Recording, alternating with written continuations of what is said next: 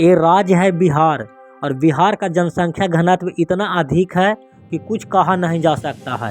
इस वीडियो में आप लोगों को दिख रहा था 2025 में बिहार विधानसभा चुनाव का परिणाम आ चुका था और पटना के गांधी मैदान में लगभग 18 राज्य के मुख्यमंत्री आ चुके थे नीतीश कुमार को शपथ दिलाने में। और वही बिहार की जनता टूट चुकी थी गांधी मैदान में और आप लोगों को सिर्फ देखने को मिल रहा था तो सिर्फ महिला मिल रहा था।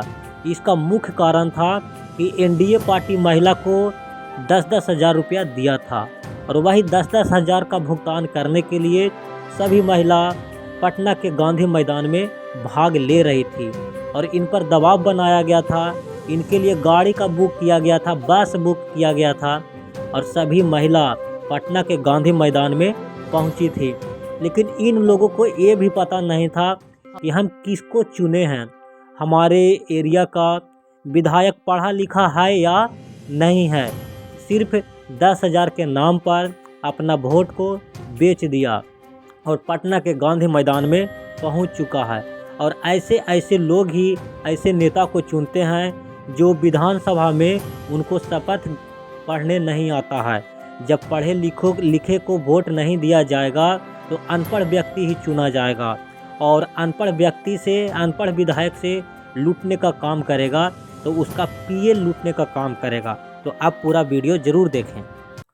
तो हेलो दोस्तों, आज हम लोग बात करेंगे बिहार के पॉलिटिक्स में किस तरह से बिहार में खेला हो रहा है और इससे पहले भी खेला हुआ है।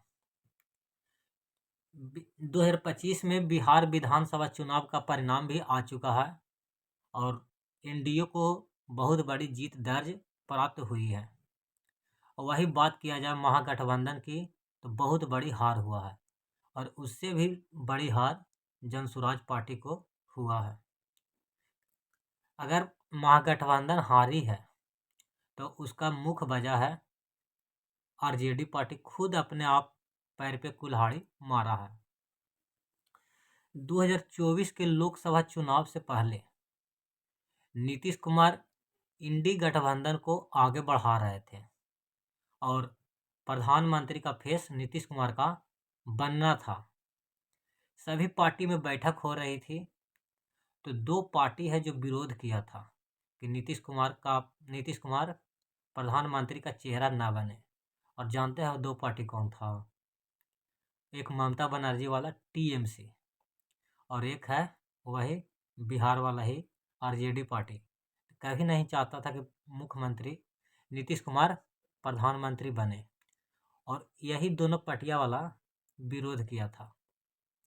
तब न नीतीश कुमार फिर इसके बाद एनडीए में चले गए हैं। और आरजेडी पार्टी का भी बताता है कि नीतीश कुमार काहे भागे थे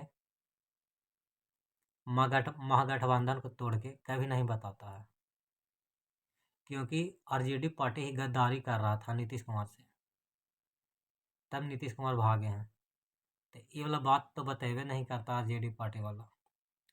अगर 2024 के लोकसभा चुनाव में प्रधानमंत्री का फेस नीतीश कुमार को बनाता तो ये तो कन्फर्म था कि बिहार में 40 सीट कांग्रेस को आता और प्रधानमंत्री जब नीतीश कुमार बनते 40 सीट से ना बीजेपी आगे पीछे है, बीजेपी और कांग्रेस 40 सीट का ही अंतर है। अगर नीतीश कुमार प्रधानमंत्री बन जाते और 40 सीट लोकसभा का बिहार में जीत जाता कांग्रेस तो आरजेडी पार्टी आराम से मुख्यमंत्री बन सकता था। आरजेडी पार्टी के तेजस्वी यादव आराम से मुख्यमंत्री बन सकता था, लेकिन यही दो पार्टियां वाला बहुत विरोध किया था। देखिए कहाँ से कहाँ आ गया आरजेडी पार्टी। अब धीरे धीरे आरजेडी पार्टी पतन पर आ चुका है और इसका साम्राज्य धीरे धीरे अब समाप्त हो जाएगा और कहीं ना कहीं अब आगे बढ़ेगा तो जनसुराज पार्टी ही आगे बढ़ेगा। क्योंकि अगर इस बार एनडीए पार्टी अच्छी तरह से काम नहीं करता है, जनता को अगर सताता है तो ये तो कन्फर्म है कि अगली बार चुनाव में जनसुराज पार्टी को बहुमत तो जरूर मिलेगा और आरजेडी पार्टी में अब बहुत बड़ी टूट होगी। 2 साल के बाद आरजेडी पार्टी के विधायक भी टूटेगा क्योंकि उसे प्रलोभन दिया जाएगा और जब प्रलोभन दिया जाएगा तो बीजेपी बहुत बड़ी पार्टी है, किसी को भी खरीद सकता है क्योंकि इसके पास फंड बहुत अधिक है। तो आरजेडी पार्टी अपने आप पैर पे कुल्हाड़ी मार रहा है, तो इसका तो भुगतना पड़ेगा ही। और एक चीज़ और है कि भारत की मुद्रा धीरे धीरे बहुत गिर गिर रहा है, 90 रुपये पहुँच गया है $1 में। तो इससे यह होगा कि महंगाई भी बढ़ेगी और इसका असर सीधे जनता पे पड़ेगा। तो कुछ भी हो, इसका भुगतना पड़ेगा जनता को ही, क्योंकि जनता ऐसा सरकार ही चुनता है जो लुटेरा सरकार चुनता है। जनसुराज पार्टी आया था ईमानदारी से, उसको हरा दिया, तो भुगतना तो पड़ेगा जनता को ही। अभी और आगे भुगतना पड़ा है। जानते हैं दिल्ली में जब चुनाव हो रहा था विधानसभा का, तो जो झुग्गी वाले लोग होते हैं ना, बीजेपी के भक्त बन चुके थे और खूब बीजेपी को वोट दिया। और जब चुनाव का परिणाम आया, बीजेपी वाले जब जीता, तो सबसे पहले कार्रवाई हुआ वही झुग्गी वाले को बुलडोजर से सबके कबाड़ के भगा दिया। उन लोग रोना रो रहा है। उसी तरह से बिहार में भी जो जो वोट दिए हैं ना, उनको ज़रूर रोवाएगा। बीजेपी है अमीरों की पार्टी, अमीर पे ध्यान देती है, गरीब पे ध्यान नहीं देती है।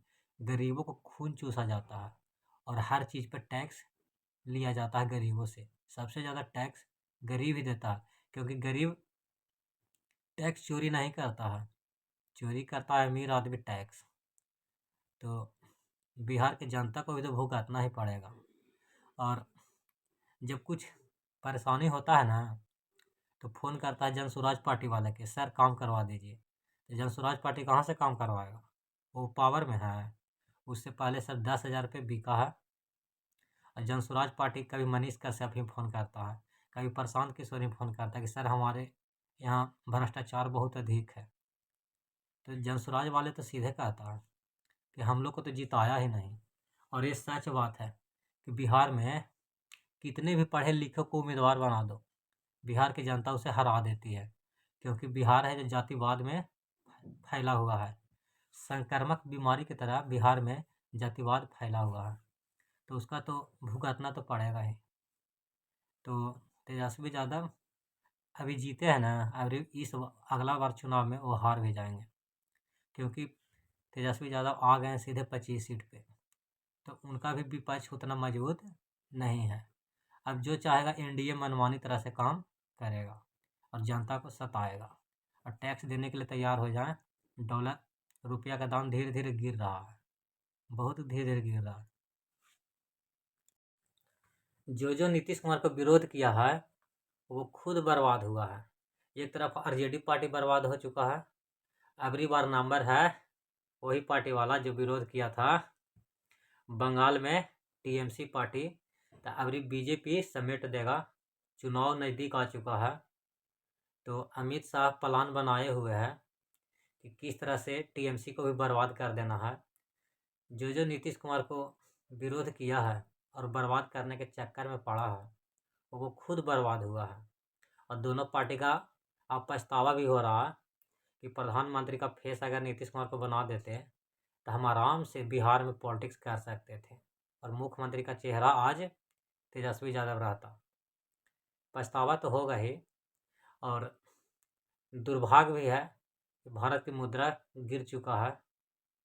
तो आप लोग क्या समझेंगे, कैसा नेता चुनना चाहिए, ईमानदार या भ्रष्ट? ईमानदार को हराइएगा तो भ्रष्ट को तो जीत होगा ही। तो चलिए, आप लोग क्या सोचते हैं कमेंट में जवाब दीजिएगा।